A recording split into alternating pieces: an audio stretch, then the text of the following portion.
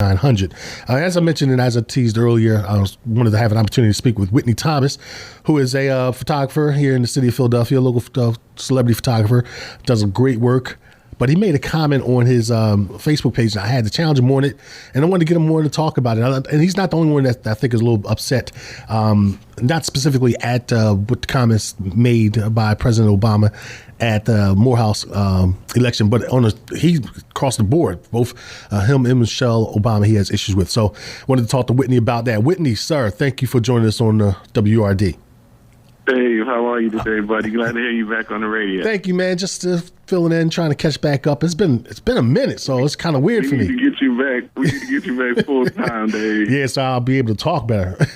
But anyway, let's talk about this now. Your exact comment was you ready for the Obamas to get out of the White House and kick rocks, which is one of my favorite lines. Tell what's the issue? I mean, people who know me know I'm not a fan of Barack Obama at all. I mean in the slightest. Primarily because I consider myself to actually be a liberal or progressive, whatever democratic term that you want to ascribe to me. But Barack Obama isn't. He's a conservative. Really? So I spend most of my time debating people on Barack Obama's actual policy. Too many people deal with Barack Obama from a romantic standpoint. It's like they're happy that the symbolism of a black man as president is all that they needed. And for me, the presidency is a job. It's not a symbol. It's a job. You're there to do things, to create policy, to be a leader. And when it comes to, black folks who supported him with over 90% of their vote twice, we're still, last in line when it comes to any particular policy that might actually help us as a group. And so you see that in so many different areas of his presidency. I mean, we can go down the line. You can talk about, his financial advisors, everyone from Wall Street, all the William Daleys, Jack Lews, the Rahm Emanuels. They're all guys who are, J.P. Morgan, Goldman Sachs. His initial riff with Cornel West came from his appointments of Tim Geithner and Larry Summers, who Cornel West knows their backgrounds very well and knows that they're not the kind of people who he would expect to advise him economically once he became president. So it's less about the personality of Barack Obama, but more about the policy. And that's what a lot of people don't actually deal with when they're, debating his pros and cons. But let me ask you, let's go back to the romanticization, if that's a word, of people being in love with the fact that here's a black man who actually has an opportunity to run for office, public office, the highest public office in the nation. At some point, aren't you allowed to celebrate that? Can't we celebrate that a little bit? Well, let me say this. I voted for him, so I celebrated it for like a year. And then I think my criticism with him started about maybe 2010 publicly, where you started to see me do posts online. And I was real upset with the treatment of Cornel West and Tavis Smiley, who were people who we've known for years, who were, crusading on the behalf of black folks. And then a guy who people don't know from paint. I mean, people know Barack Obama for less. I mean, they've known Trey Songz longer than they've known Barack Obama. So I guess it depends on where you're from, though. Longer than they've known Barack Obama. If you were from the Midwest, you were from Chicago area, you wouldn't know who he is because he was a politician there. Well, right. He was a community organizer, so folks knew him in that area. Right, locally, not on the national scale. Yeah, but we knew Tavis because he was on the radio. I mean, that's the only. Otherwise, you would have known who Tavis was. But what did we know Tavis for? We knew Tavis for championing the issues of black folks. And so Cornel West in the same vein since, the 60s. And so as soon as he gets in and they notice that he's not on the same side as we are, people get upset with them instead of looking at the actual policy. It's almost like you take someone whose intellect you value and whose experience and background you understand, and then you throw all that out the window because you decide that you like the fact that there's a black man in the White House. Didn't it seem as if Cornel West and Tavis in particular were like spoiled kids because they couldn't play in the game and they were the ones that got upset? You know what? That's what people do to devalue what someone has to say. It's almost like I'll do comments on my Facebook page, and the first person will come on and say, "You're a hater." So immediately they're creating this narrative that I have some kind of a personal issue or personal vendetta, which is a way to devalue the actual criticism. So what happened with Cornel West is they put out this whole narrative about him being upset about not getting tickets to the inauguration. What they didn't talk about is that Cornel West had a huge fallout at Harvard University with Larry Summers. And Larry Summers has made some disparaging comments about Africa, where we come from. But no one was even paying attention to the fact that Larry Summers became Barack Obama's chief economic advisor. And Cornel West knew his entire background. He turned it into, Cornel West didn't get tickets to the inauguration. But Cornel West did Cornel West did an entire interview in a magazine about not getting tickets and having to explain to his mother why he couldn't get tickets. And that's the reason why he was upset. He did an interview. I don't personally have a problem with him being upset about not getting inauguration tickets. Cornel West did over 60 campaign appearances for Barack Obama as a candidate. So, I mean, even if you want to look at it on a simple level, it was disrespectful. But that's not, but why it happened was that what happens with the Obama administration, and Valerie Jarrett is pretty much their pit bull, is when someone on the black side, someone on the left has a comment that they don't like, then they go after them. And that's been Valerie Jarrett's job since he got in office.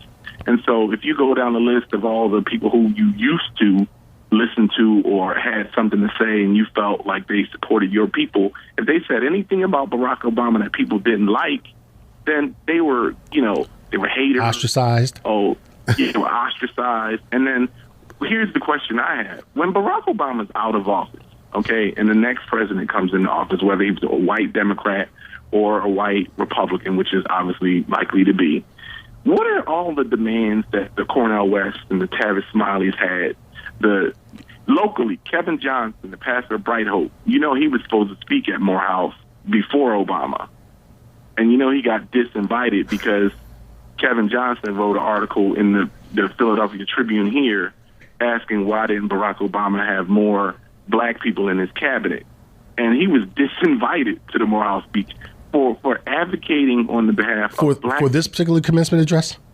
Yes. So Morehouse had an opportunity to have the president of the United States speak versus, and not to put anything down against his brother, but he didn't speak in lieu of him. He was going to speak on the same bill. Okay. Kevin Johnson is actually an alumni of Morehouse. Okay. So he was going to speak, earlier in the day kind of thing.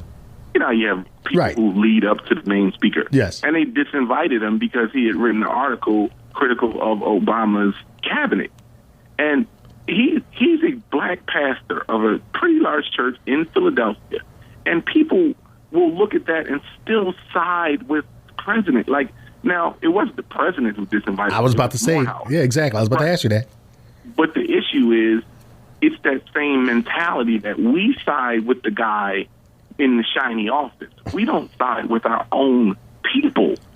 I mean, if we go through policy, when Barack Obama is done, years from now, you'll look at policy and see that Barack Obama took everything that George Bush did and took it further. I don't care if you talk about the National Defense Authorization Act, which deals with things like indefinite detention, basically suspension of habeas corpus. If you talk about warrantless wiretapping, I'll give you a perfect example. The Obama administration recently won a case in the Supreme Court to be able to warrantless wiretap, so they can tap your phones without a warrant. Right. They won that case, which is obviously considered a civil liberty that he used to be for, but now he's against. He was for it as a candidate, but of course when he became president, he showed his true colors. But they won that case in the Supreme Court 5-4. You know how they won 5-4? With the 5 conservative judges. And the 4 so-called liberal judges, 2 of whom he appointed, voted against it. All I'm saying to you is you have to look at policy. The romance, to me, is completely unimportant. Because when he's gone, all the policies that he put in place, like the continuation of the Bush tax cuts, the austerity measures that he's continuing to go through, he's the first president in the modern era to bring up the idea of cutting Social Security and Medicare. Now, who would do that, especially a Democrat, if he were actually a Democrat. And so my point is, it's almost like if it's quacking, it's in the pod, it's got web feet, it's got a bill, it's a dog, okay? So if we go down the policy and we look at things like his positions on war and drone bombings and the fact that he's bombed more countries than George Bush, if we look at the economic policy and the continuation of the tax breaks and the rich getting richer, a lot of people don't know that the Dow and the NASDAQ reached its highest level in history in 2013, okay? The stock market is booming because he's doing his job. His job was to continue the status quo. Rich get richer, poor get poorer. But to go back to the very beginning of the post that you were talking about, the political dog whistling is something that particularly bothers me to a level even beyond all the policy. Now, what do you mean by that? And for people who don't know, the term dog whistling is a political term. And what happens is, as a president, what you do is when you give a speech, the speech is covered internationally. Mm-hmm. So dog whistling is when you talk about something for the ears of another group. Correct. So he's in front of one group, but he's saying it for the benefit of another group. Okay. And so with Barack Obama, the reason why I was particularly incensed by his Morehouse comments and Michelle Obama's Bowie State comments, because, you know, Michelle Obama spoke to Bowie State, I believe, the day before. He spoke to Morehouse. Yeah, I think it was a week before. So, yeah, well, in her speech, she's talking about not wanting to be rappers and ballers, and it's like they talk to black people in a way that is, it's beyond disrespectful. Well, it's like talking down to the group. To your point, though, I mean, they would never say to a white audience. But I see here to your point, though, going back to your dog whistling comment, if in fact she's speaking to one audience but trying to get a message to another audience, she might not necessarily be, and the president as well, not talking to the folks in the audience, but to the folks who may be getting the message. So, in a sense, I understand what you're saying. You don't have to preach to the choir, because the choir understands these are folks who graduated, they went to school, they have the idea of what they want to do, but maybe to the folks who aren't there, she's trying to get a message to them. Well, if it were just those speeches to these universities, I would say maybe so. But here's the problem. If you go all the way back to 2008, when he spoke at the Apostolic Church of God in Chicago on Father's Day, I don't know if you remember that. Yeah, I remember. And he's basically telling these guys to not be deadbeat dads and, you know, be around for your kids. Now, what's interesting about Barack Obama is, if you know a little about his story, is his father wasn't around, right? But his mother also wasn't around. Right. At some point, his mother left him with his grandparents.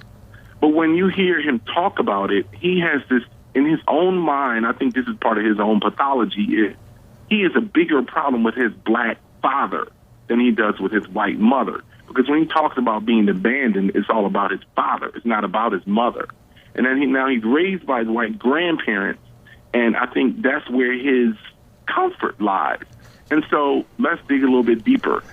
Forget the speech to Morehouse and Bowie State. Let's go, and then forget the Father's Day speech in the Church of Chicago. Let's talk about the speech to the CBC in 2012, where he's telling the Congressional Black Caucus, a huge gathering of people at the highest levels of politics, and he's telling them to take off your bedroom slippers and stop complaining and stop crying. Again, he wasn't grumbling. But to your point, again, dog whistling. He's not focusing. His comments aren't, in my opinion, aren't to them.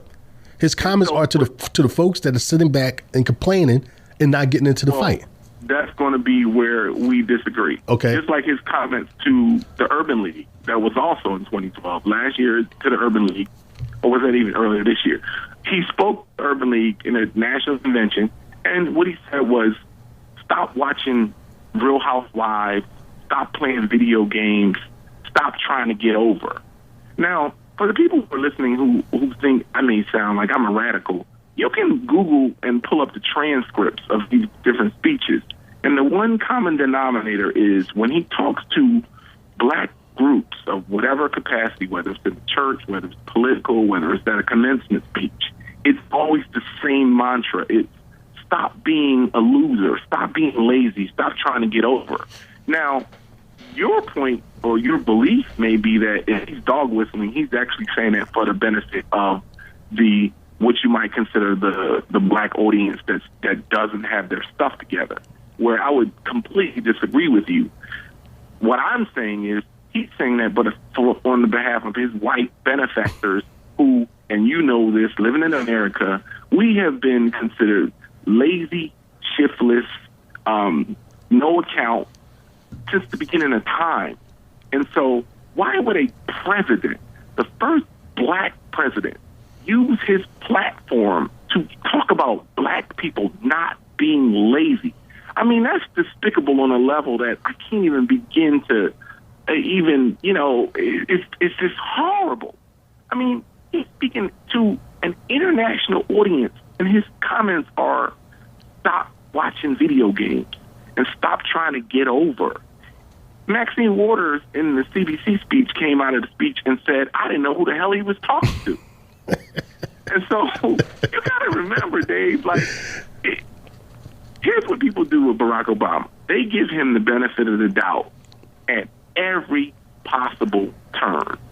When he didn't support unions, I know you remember a couple of years ago, huge demonstrations in Wisconsin because the governor, Scott Walker, was trying to get rid of collective bargaining. Right. They pretty much have successfully done. They had 65,000 people in the street marching. They had legislators in other cities doing interviews from like undisclosed locations, like they were hiding from the mafia. Right. Okay. It was a mess. And this was going on in the United States of America. Okay. In 2007, candidate Barack Obama, speaking in Spartanburg, South Carolina, said this, and you can Google it because I want people to know that you can go online and see all of this for yourself.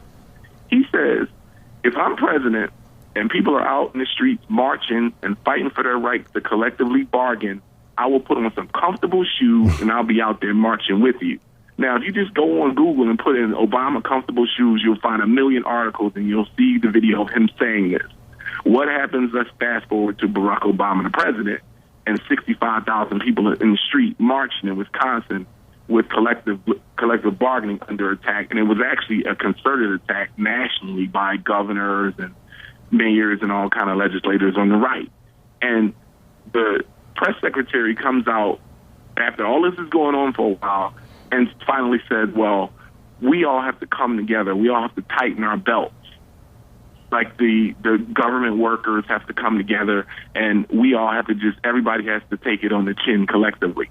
Now, I don't know where the we have to come together part was in the speech in 2007 when he was a candidate, but I didn't hear that. Because what I heard was, I'm going to be out there marching with you. And I can do this all day. You can literally pick a topic, and I'll give you an exact example of where he's on the other side. He was pro-civil liberties, but as president, he supported indefinite detention. Guantanamo Bay is still wide open. As a matter of fact, they just asked for more money for Guantanamo Bay, which some people don't even know. So Guantanamo Bay is not going anywhere, okay?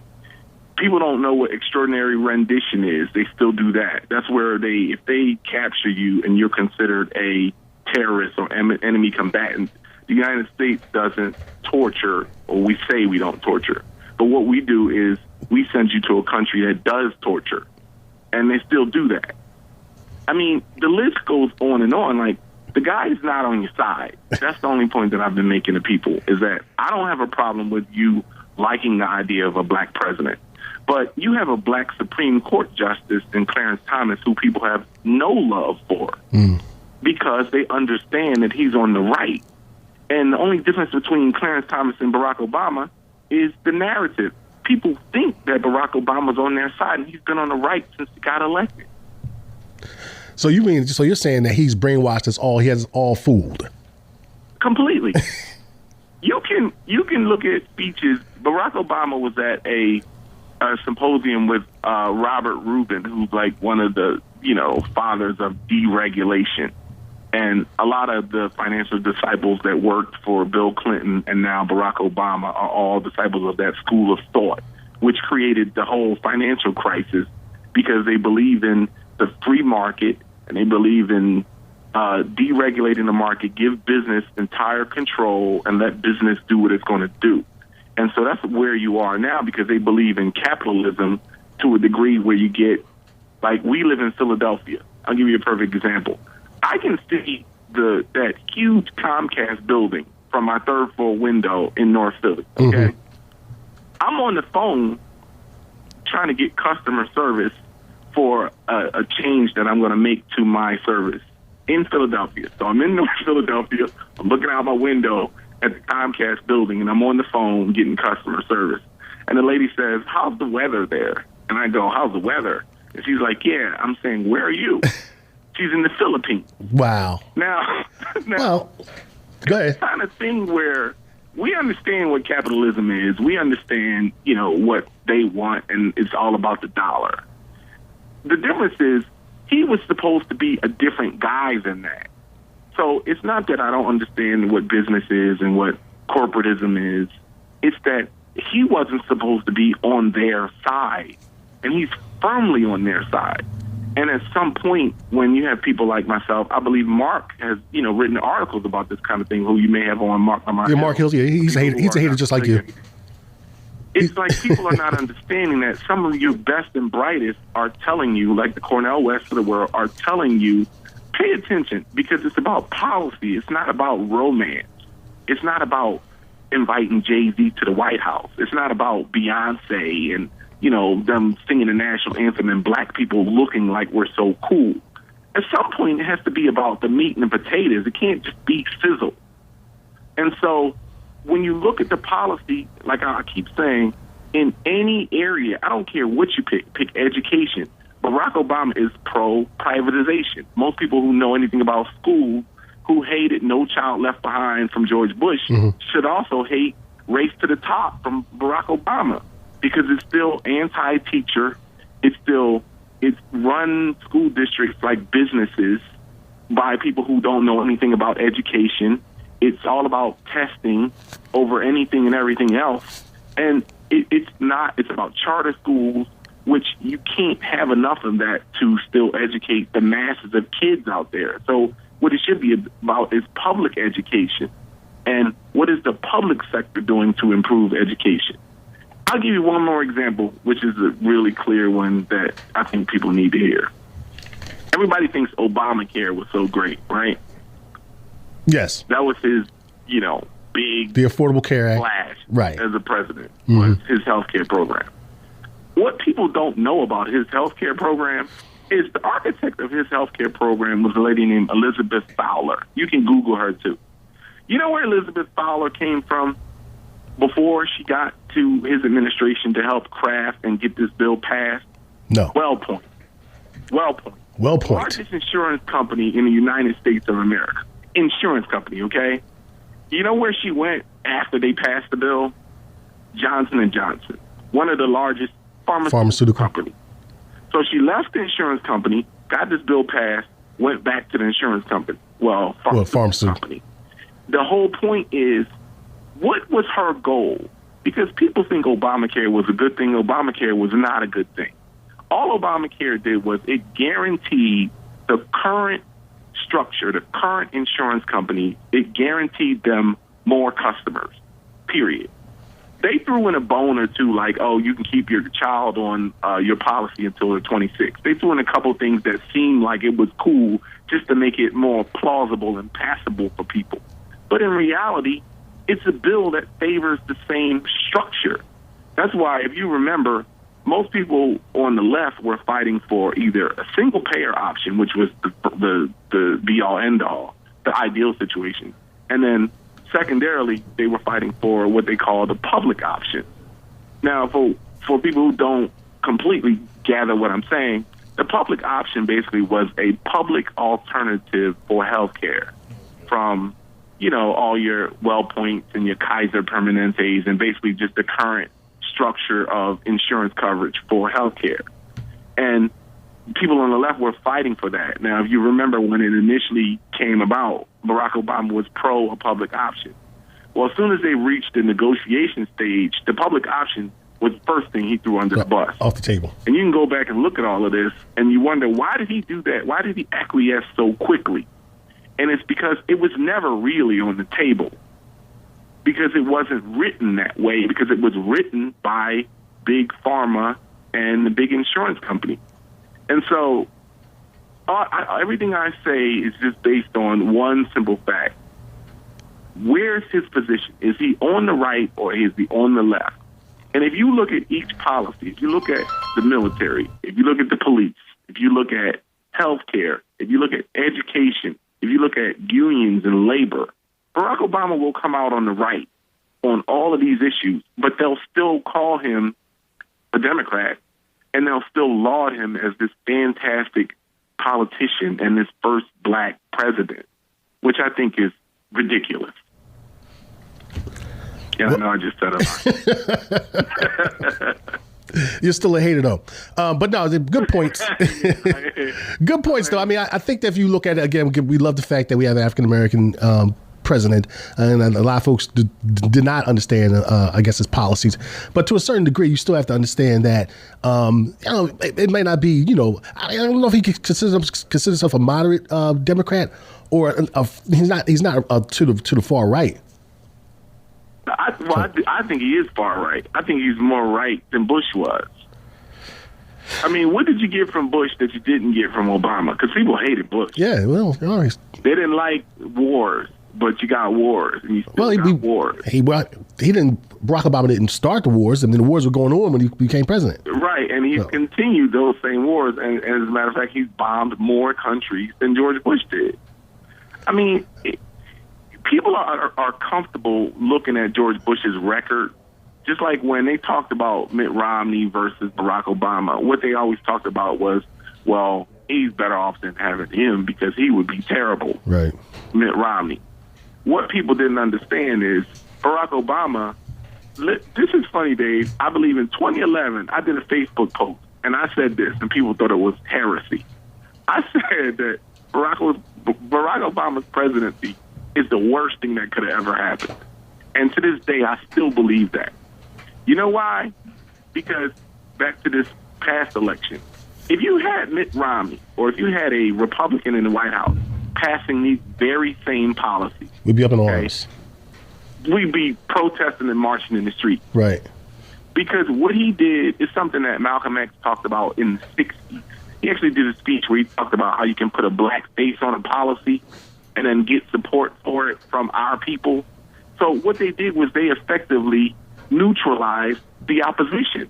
So I'll ask you right now here on the radio, what have you heard black people en masse complain about since he's been elected? Not much. I mean, and I'll wait. I mean, education. You can cue the cricket. You're not going to be able to name anything. I get people. What you do have is you still have over 14% unemployment, which is twice the rate for black folks, which is twice the rate of white folks. You still have schools closing. They just closed a whole bunch of schools in Chicago where Rahm Emanuel's the mayor, who was his original chief of staff, and Rahm Emanuel's never been on the left. I mean, this is most of these issues are patently obvious. They're plain to see. It's just that nobody's looking. And so you have people like me, ranting and raving about, policy. Don't argue with me about personality. Don't argue with me if you don't like me or you think I'm cool or something. Argue with me about policy. Tell me that he didn't continue the Bush tax cuts. Tell me he didn't bring up cutting Social Security and Medicare. Tell me he didn't bomb more countries and create this whole drone system, because he took the drone program and just, put it on steroids since George Bush left office. I mean, tell me he didn't not support unions when the issue came about. Tell me Race to the Top isn't a terrible program for schools and you're not seeing schools closing everywhere. Tell me Obamacare wasn't written by the insurance companies to benefit the insurance companies, because if you look at the healthcare system, it ain't changed, and it's not going to change because there's too much money in it. So for the people who want to argue with me who love Barack Obama, you got to show me something. I mean, anything. Show me something. When was the last time you saw Barack Obama in a black neighborhood since he's been elected? Like, have you seen Barack Obama in North Philly? No, Barack Obama in the South Side of Chicago. He had to go to the black neighborhood. He had to go to the black neighborhood to speak at Morehouse. We could have had a black neighborhood. There you go. Kind of nice on that campus. That's all I'm saying. Well, you said a lot, Whitney. I mean, I guess there's a lot of points, I guess, to argue back and forth. But I mean, no one can argue with the fact that there are some things that we could be concerned about or should be concerned about. And I guess the romanticizing is over. It's the honeymoon is over, and so now we'll see what we really get. Keep watching, because people, a lot of people were saying, well, the second term is when he's going to all of a sudden turn black, yeah. Which I find to be hilarious. But if you notice, in his second term, nothing's changed. He hasn't all of a sudden become militant now that he doesn't have to get reelected. He's still, solidifying his position among the status quo. I mean, he's a rich guy helping the rich continue to get richer. It's just that people are not paying attention to it. The problem is when he's gone and all his policies are left behind and all the damage that was done, and worse than that, the silence that we had. What are we going to do if you were the next, I'll leave you with this, Dave. If you were the next president and you were, say, a Republican, white guy from, I don't know, Kansas, and you got elected and people started complaining about things like black unemployment, or they started complaining about public schools closing and no money for books. They started complaining about the violence and the crime in the street, the police state that we live under, stop and frisk going on all over the place, even though they find that more guns on white guys than they do on black guys when they stop and frisk them, but they still stop and frisk way more black guys. Mm-hmm. All these kinds of policies will be left behind. And if you're this next guy, this next president, and somebody says, well, what are you going to do about black unemployment? Or what are you going to do about the schools? Or what are you going to do about labor? If I'm him, I'm asking you, well, what the hell did you ask Barack Obama? Because he was your guy, and he was in office for 8 years. And all I heard was cricket. So I'm leaving with. I Whit. And, well, if folks want to check out your work, I mentioned you as a celebrity photographer, even though you're way much more. But if they want to check out your work or maybe be in contact with you, what's your website?